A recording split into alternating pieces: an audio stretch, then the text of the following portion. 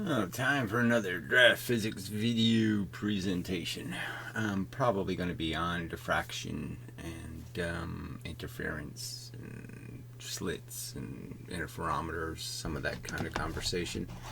But first, we have to get through some of these comments that are sort of related. So that's why that's going to be the subject. So anyway, other than your YouTube channel, have you done anything with your knowledge of physics? Like, for example, you know, I mean, Einstein didn't do much. And frankly, this is kind of an argument about it's not going to change anything substantially. I mean, it's not going to give you some new power to manipulate anything. So it's more like having an argument about creation, whether God did it or whether evolution did it. So it's still good to have the right answer. Having the wrong answer is, it doesn't change the world any, except for the part where you won't waste time praying and other kind of nonsense that didn't work anyway. It's already evidence that the theory doesn't work on the one side. So yeah, it's not going to give you any magical powers. I mean, might give you some advantages. I don't know. Give me $1 billion and let me see what I can invent. But isn't that the game? You first have to have the money. So it's sort of essential to the process of doing something. And what am I going to do, right? What is CERN doing? Oh yeah, they found the Higgs boson, which is all bullshit anyway. They don't have any place to put it in their theory. It doesn't make any sense. It's nonsense. LIGO, they heard something billions and billions of light years away where there's no hope that you could hear it. But they say they did it. So, yeah, I haven't done that yet. So I haven't pissed away billions of dollars and then claimed I did something I didn't do. That everybody finds fascinating. Because they want to be fascinated by their little God story about what the reality is. So anyway, yeah, I don't know whether this question is asked in any kind of good faith. Yeah. I probably hit the toilet more reliably when I piss. You shouldn't really piss into the water. Just giving you people a clue. Because that's where you get all this splashback. All the energy can escape, so to speak. So less of the energy will escape if you piss on the porcelain. Yeah. Little tip. Physics will help you with that kind of stuff. So, yeah, I don't know what, like I said, I don't know what the purpose of the question is. Fuck you, sort of. I don't like it. What experiments are you referring to when you say there are two waves coming from one slit? I mean, this is, so you just aren't going to do you don't have any knowledge of physics at all, right? And you're expecting to do physics in a day or something, or, one video or whatever.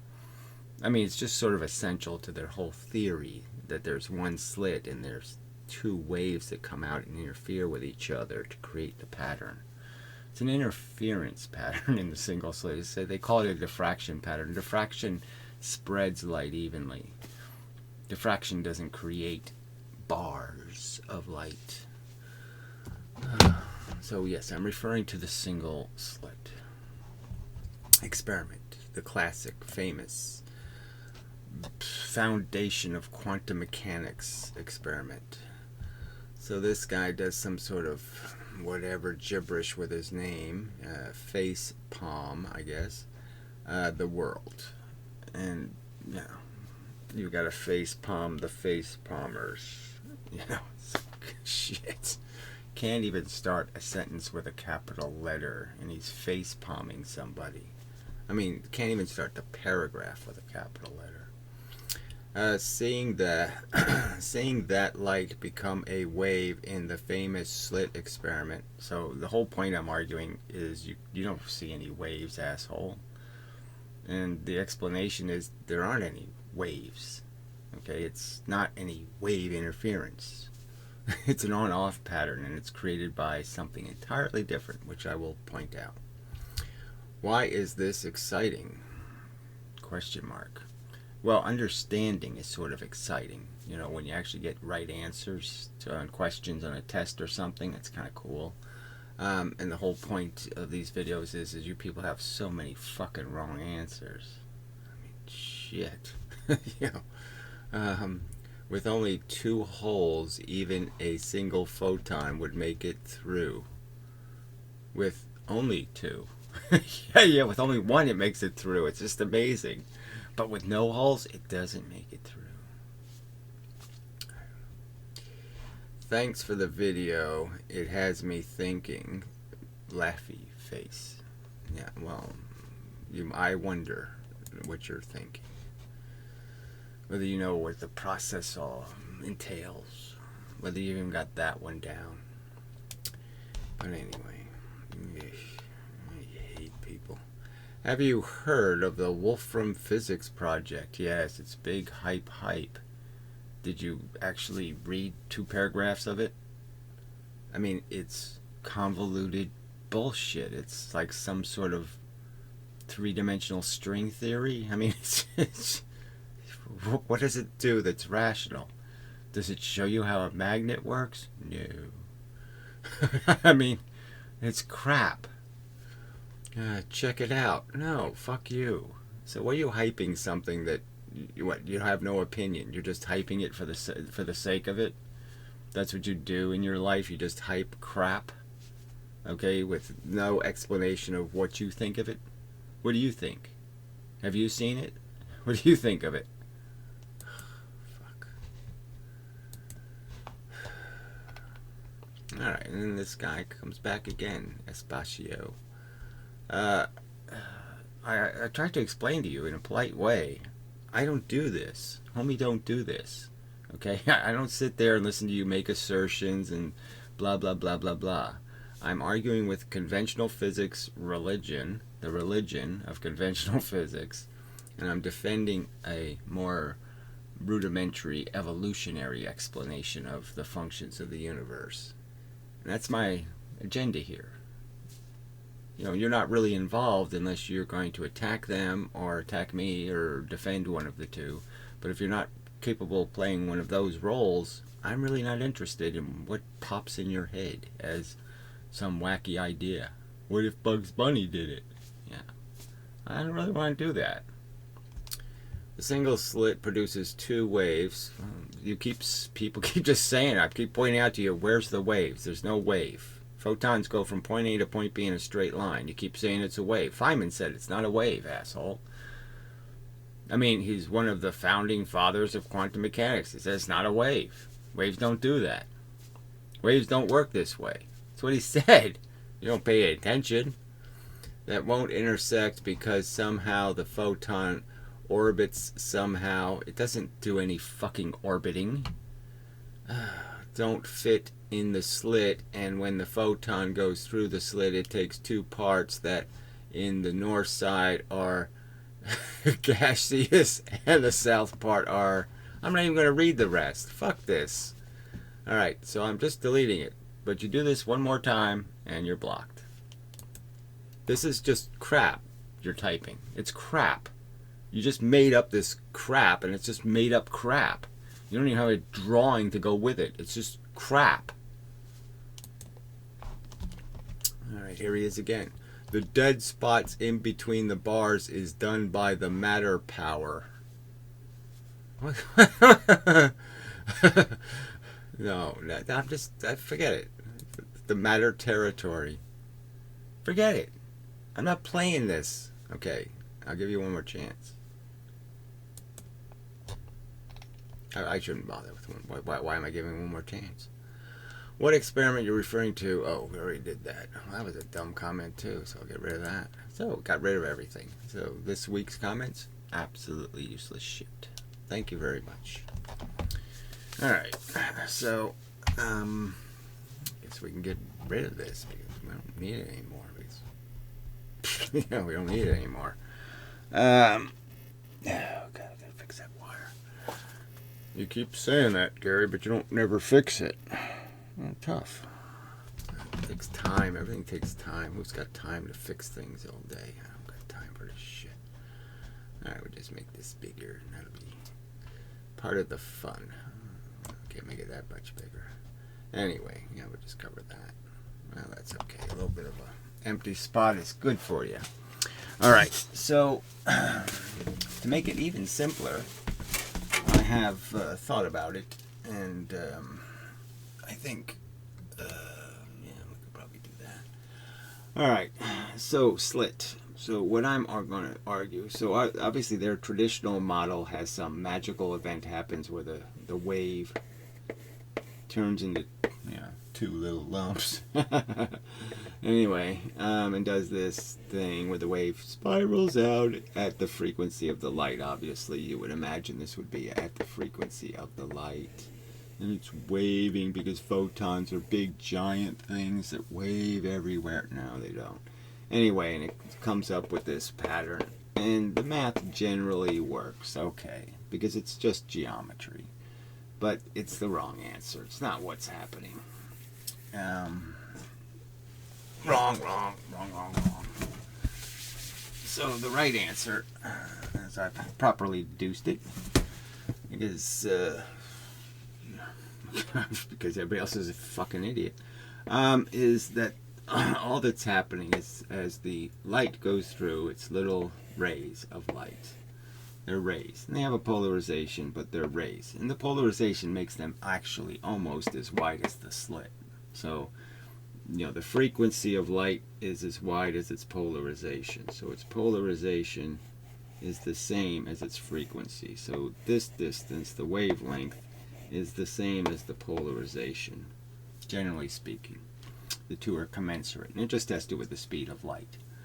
And how light is created. But anyway, it's rays, okay, that are just particles, out of perfect alignment. So this distance is the same as this distance apart. They think it'd be separated.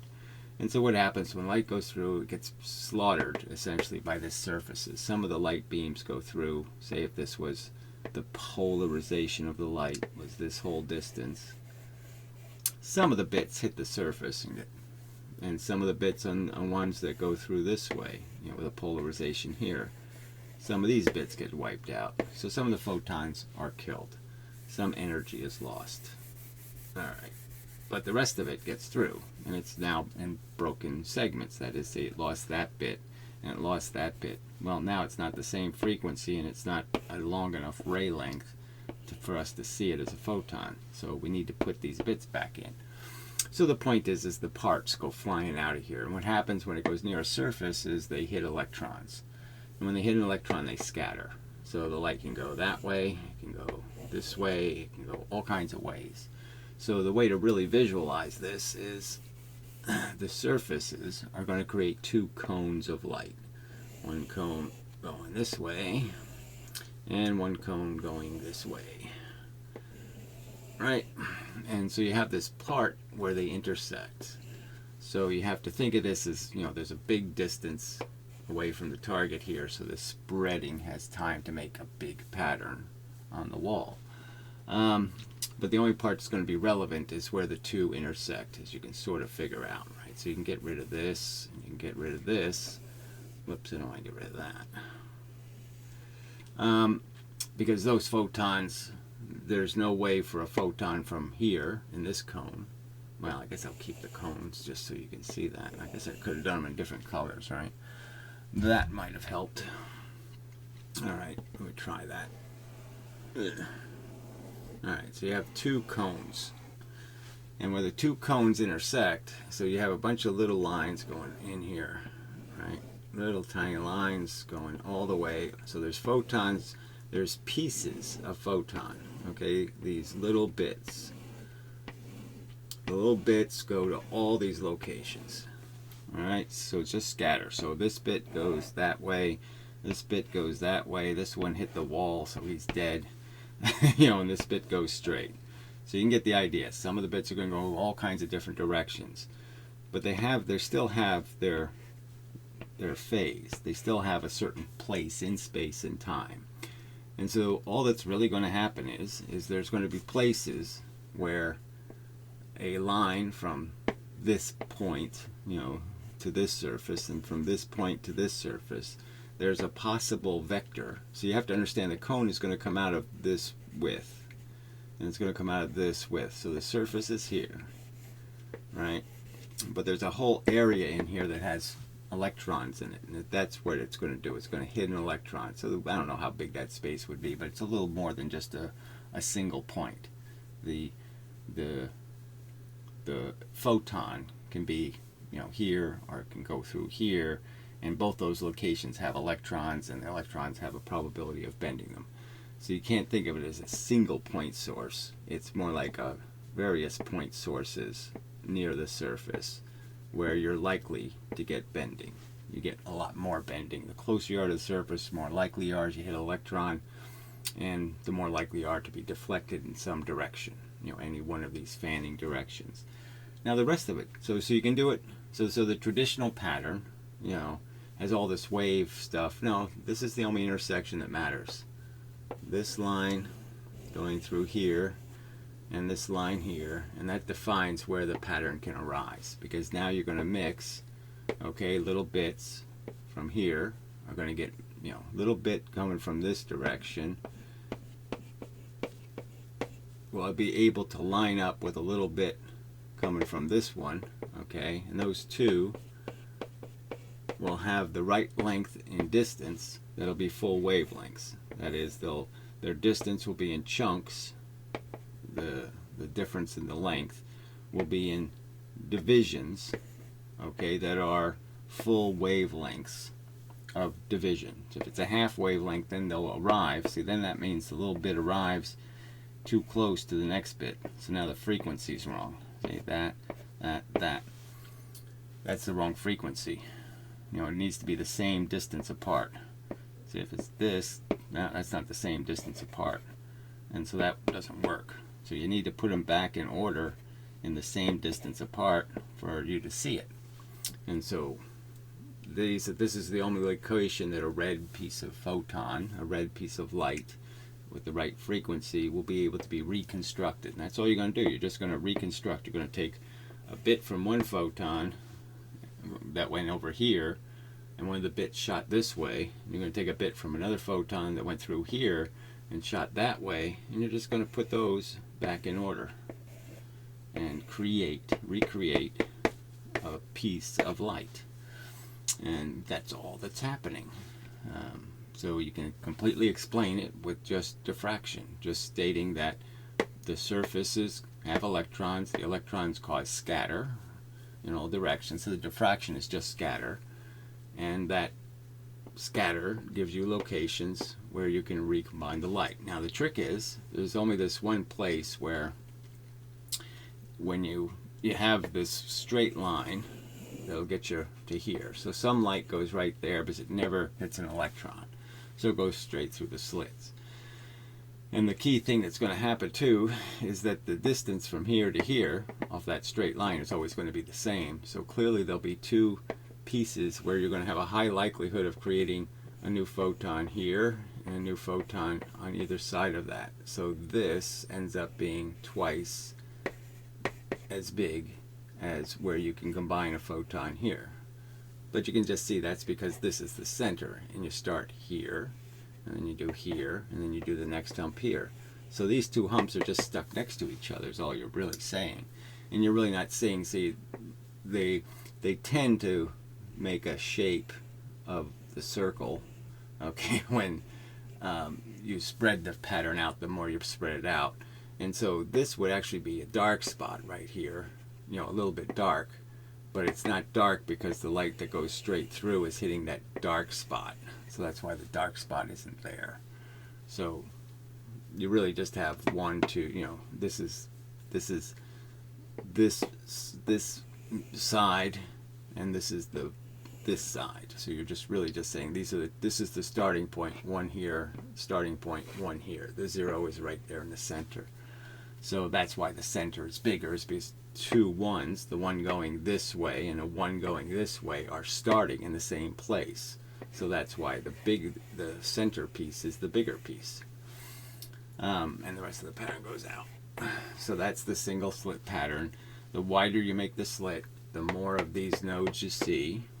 All right, and that's just because as you widen the slit, you're widening the locations where there'll be an overlap that's a wavelength difference, because of this distance changes. So as you change this distance a little bit, you change how many of these nodes you can possibly see, because you start bringing them in, and so you'll start as you bring them closer to each other. That is, the alignment becomes possible in a closer location. So you widen the slit, you get more nodes that are smaller nodes, because the place where you have a wavelength difference, you only need a tiny bit of change in this movement. When the wider you go, the smaller amount of change you need to create a wavelength of distance. As you make this distance wider, you make these lines longer. The longer you make the line, the more wavelengths you can make out of the difference. So the longer the lines are, the more possible wavelength differences are. That's why you'll see more pattern. So anyway, pretty much, that's all you need to explain. You don't need any wave interference crap. All you're doing is breaking photons, deconstructing them, shooting them off in pieces, and then reconstructing them. There's no destructive interference. All right. So if you do this with the double slit, you can see it works just as well. So I put an impediment in here, and again, it's just geometry. So now you got to do the same thing. You got these 4 cones. You have to make 4 cones, and the trick will be, and you see, it creates some of these little intersecting lines, right? So at least we have some intersecting lines here to give you some, oh, look how interesting that is. It made a pyramid. But I mean, it doesn't have anything like the usual wave interference pattern. And what's really going to happen is you're just going to create these little bits again, and you can sort of understand that the 2 inside lines, they're going to have a certain mathematics, right, where those lines are shorter, and these lines are going to be the longer lines because they're coming from a further distance. And what you're basically going to do is just create a single slit place where the pattern is big, because this is a narrow distance, this distance is small. And so you have one big pattern made by these 2 where the photons are reconstructing. And then you have these locations which are much further apart, so their geometry allows much longer lines. You can see a much longer line. That means you can break it into smaller pieces to get a wavelength difference. And so inside that pattern, you're going to have another place where a bunch of photons are going to be sent by these outside pieces. So these 2 outside ones are going to send little bits inside here, and these 2 inside ones are going to essentially, they're all sending them to everywhere, so don't get me wrong, the pattern goes everywhere, the light, but the only place you can get the frequency back in phase is in these locations. So the only place this one can make a contribution. So this one makes a contribution, this one makes a contribution, this one makes a contribution, and this one makes a contribution line. And that's all you're doing now. And the only places where you'll be in phase, where the 2 lines line up. See, when you start going this way, the problem is these 2 lines will be out of phase here.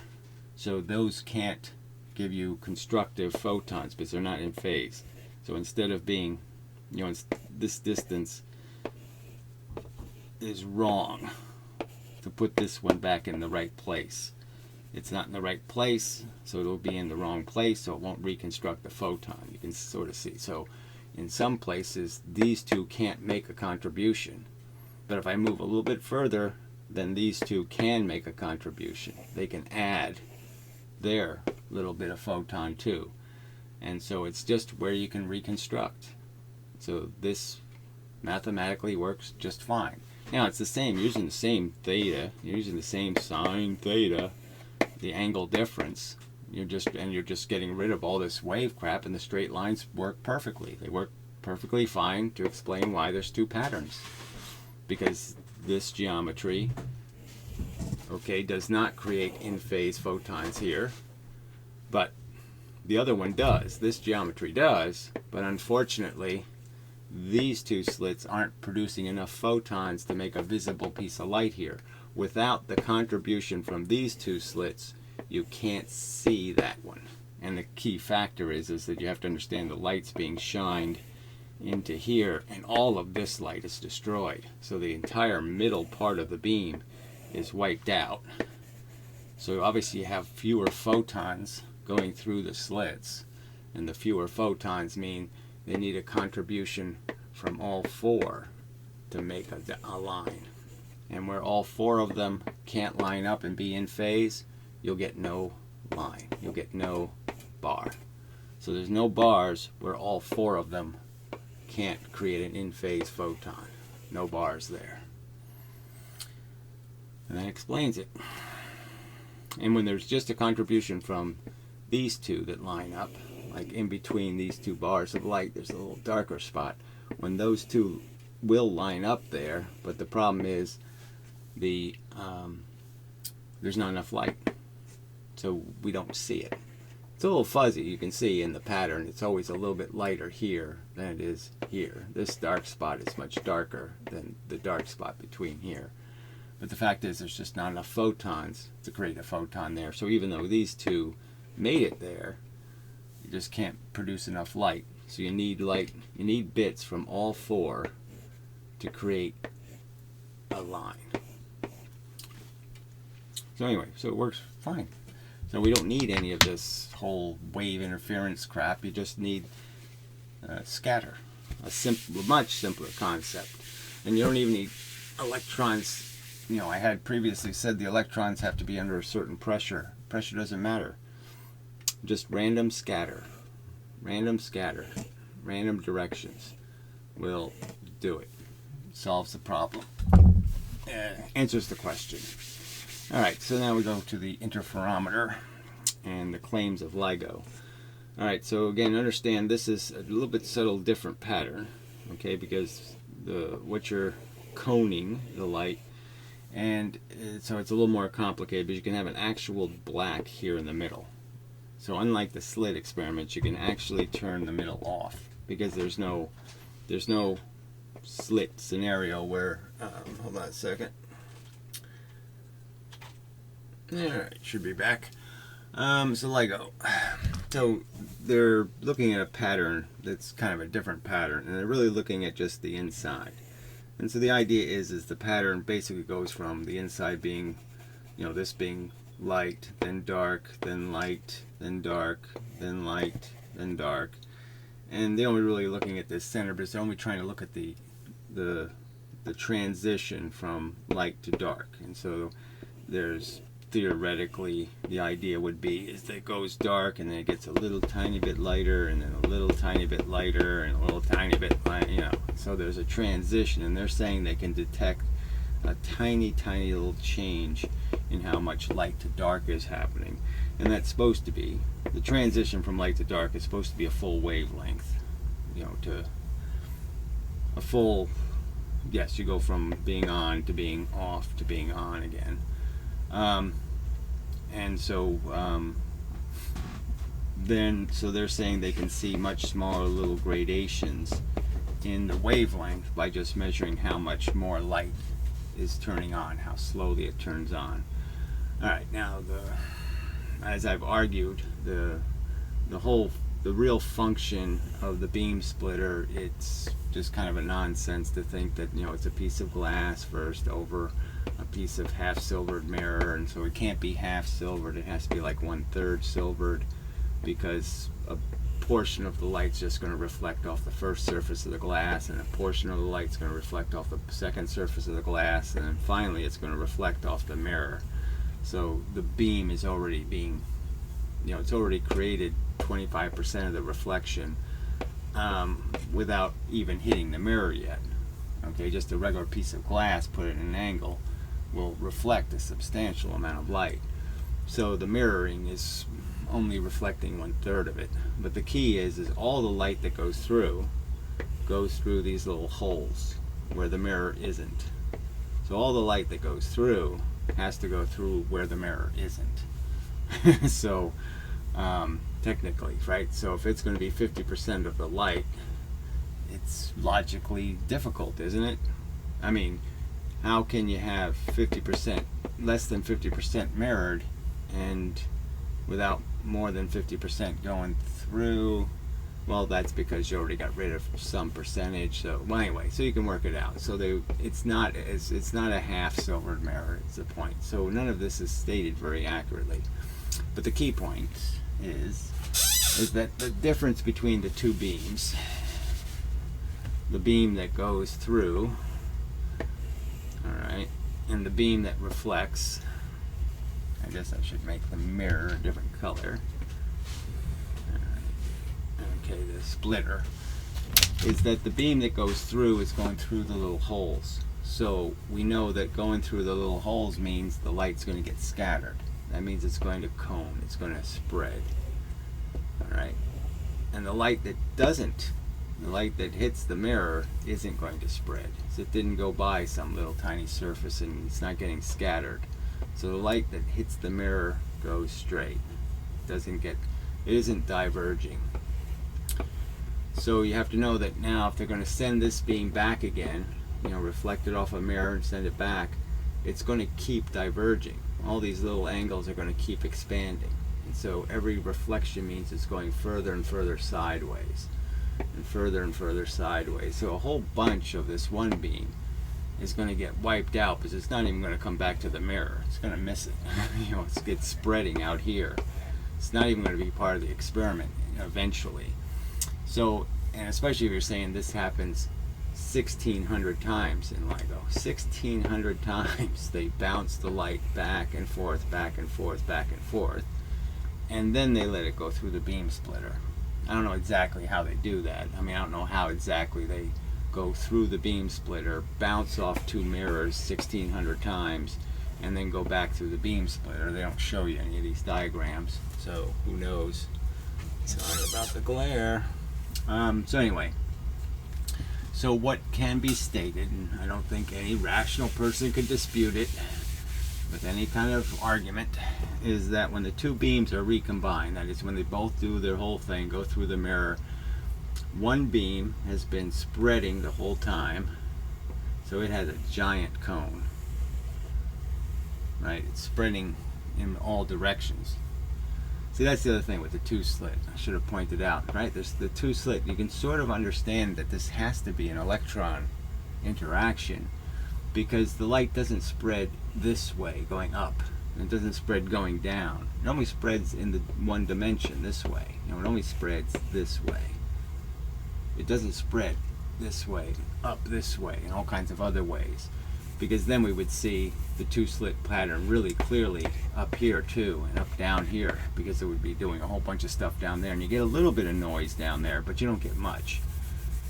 So it's it's clearly just going in the one direction more than the other. But part of that just might be too, the more you spread it up and down this way, the more variance there is in the point that it deflects in, and the more variance there is in the 2 points, as I just pointed out, the more likely you are to break the phase.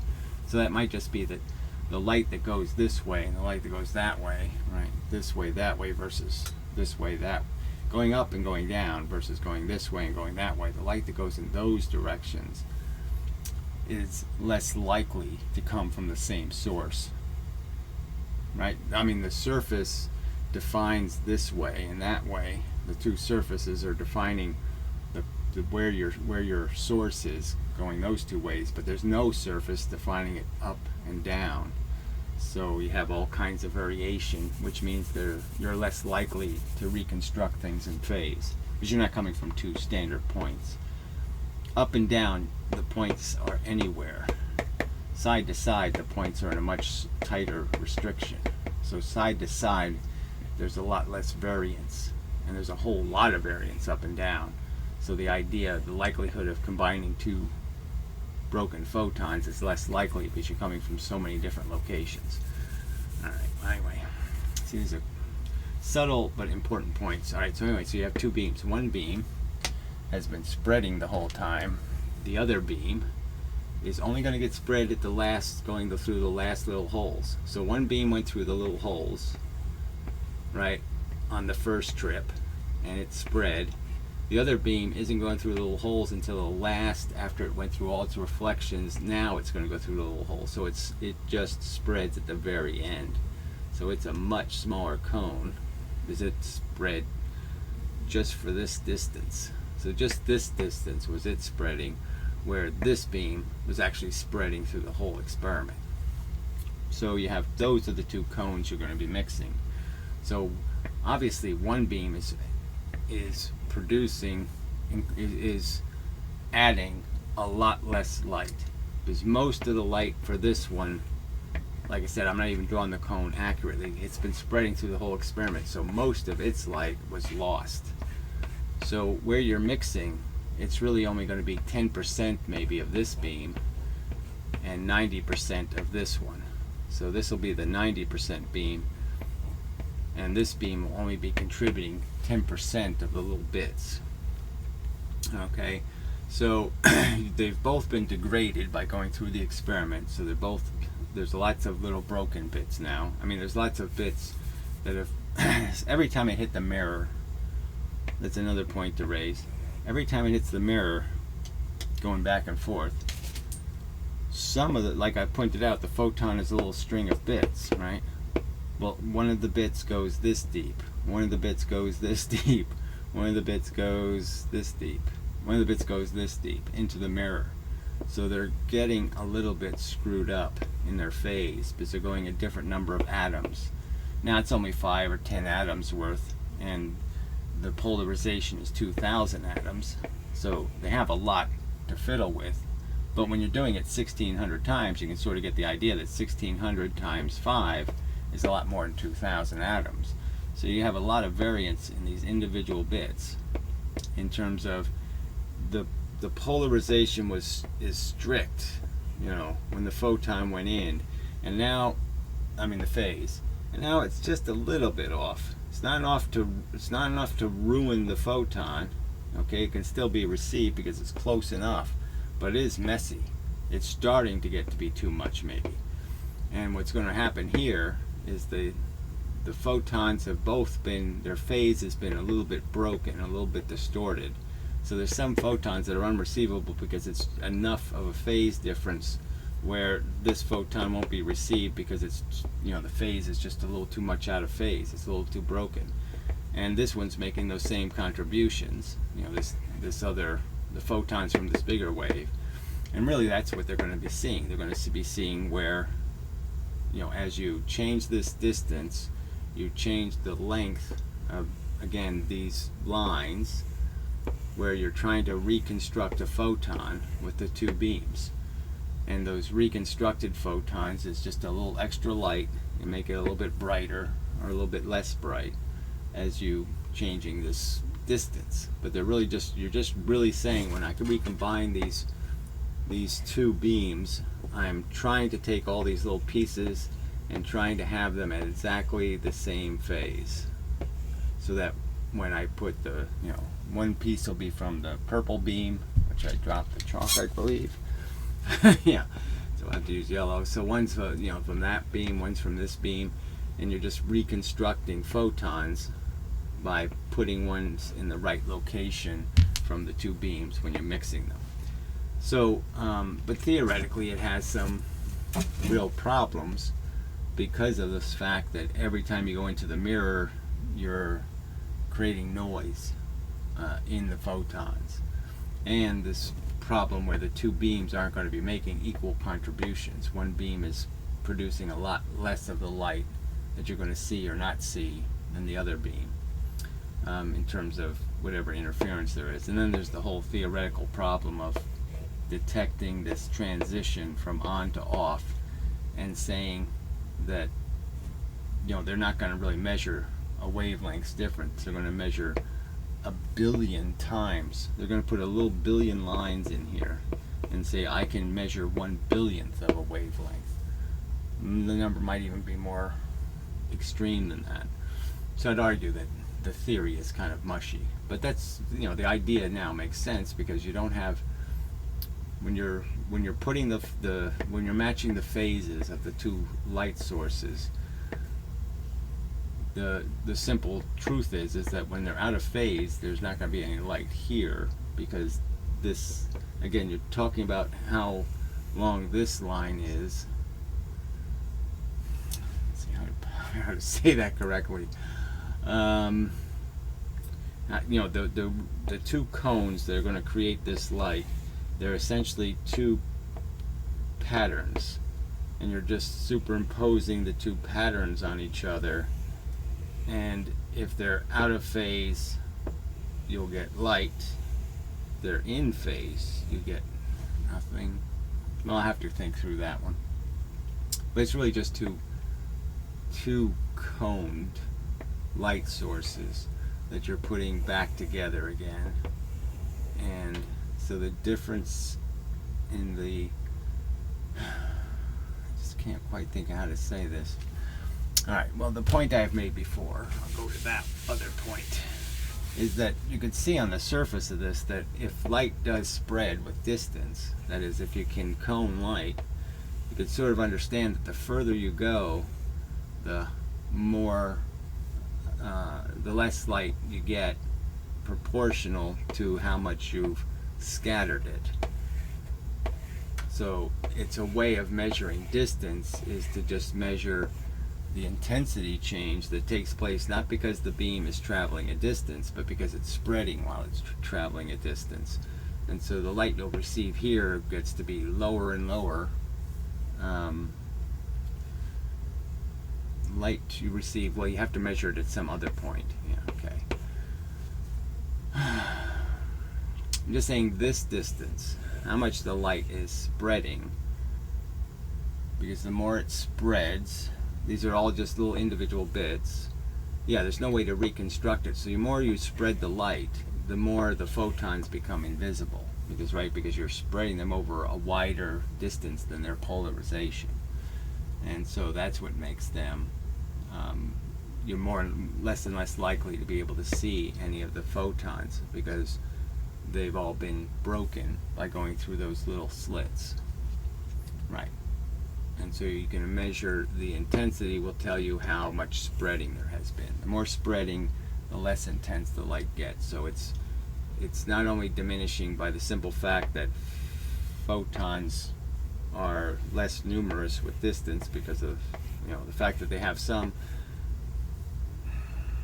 All sources produce light and spread, so that's part of the problem. So having this conversation is a little difficult. All sources of light basically shoot photons in all directions, and that's the inverse square law. It's like a bunch of little lights. You have to always think of the light bulb as something that's producing light in all directions. And so with distance, you can see how much the light diminishes, and I'll tell you how far away it is. Like I can tell how far away I am from a light bulb if I know how many watts of light the light bulb is producing, and I just measure how many watts I'm receiving. I can tell how far away I am. So the point is now that I'm diverging the light even more, I have another way to tell distance, because I can tell by how much spread there is in the light how far away I am from the source. Alright. Well, that got more convoluted than I wanted it to. But anyway, the point is that the mechanics can be understood as just a bunch of straight line force that ends up in locations, point sources, and you're just really measuring when the two line up. And that's all that's being measured, is when the distances are in the same phase, then you'll create a photon, recreate a photon. Where they're out of phase, you won't recreate a photon, so you won't see anything. And it's that simple. And no need to create some sort of medium like water, where the little bits are stuck to each other and transfer energy to each other. Photons do not transfer energy to each other in any way. They only arrive at a location like meteors, and all you're really saying is that you have a bunch of meteors coming from space, and if the meteors come in a precise sequence, then we'll see it as a photon. And if the meteors don't hit with that sequence, it won't be a photon. It'll still be energy, but it won't be a photon. And that's probably enough. Alright, so until the next time and such. But yeah, I mean their whole fundamental theory of quantum mechanics is just wrong. Waves emerge They aren't elemental. Photons are not waves, they are rays. And they're rays of quantized momentum. They're little hunks of momentum that arrive as frequency. That's it. The evidence supports that theory. Their answer isn't the only answer that answers the question. And again, I would argue their theory doesn't. Their wave theory can't explain an interferometer.